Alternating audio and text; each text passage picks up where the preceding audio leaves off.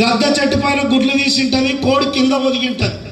అనుకోకుండా గద్ద గుడ్డు గాలి కొట్టుకొచ్చి కోడి గుడ్లలో కలిసిపోయి ఉంటుంది. కోడి పిల్లతో పాటు గద్ద పిల్ల కూడా బయటకు వచ్చింటుంది. నేను కోడి పిల్లలు అనుకొని ముక్కుతోటి తనాలు ఏరుకొని తింటుంటుంది.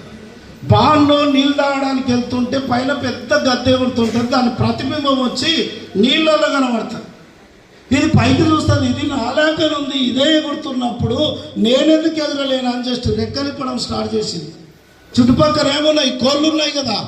వద్దు, నీ తాత ఎగిరిండా, నీవెట్లా ఎగురుతావు, నీ నాయన ఎగిరిండా, నీవెట్లా ఎగురుతావు అనేసరికి గద్ద పిల్లలు ఉన్న కెపాసిటీ గద్ద పిల్లకు తెలిసి కూడా కోడి పిల్లలు చెప్పిన మాటలు కోడి పిల్లగానే చచ్చిపోయిందంట.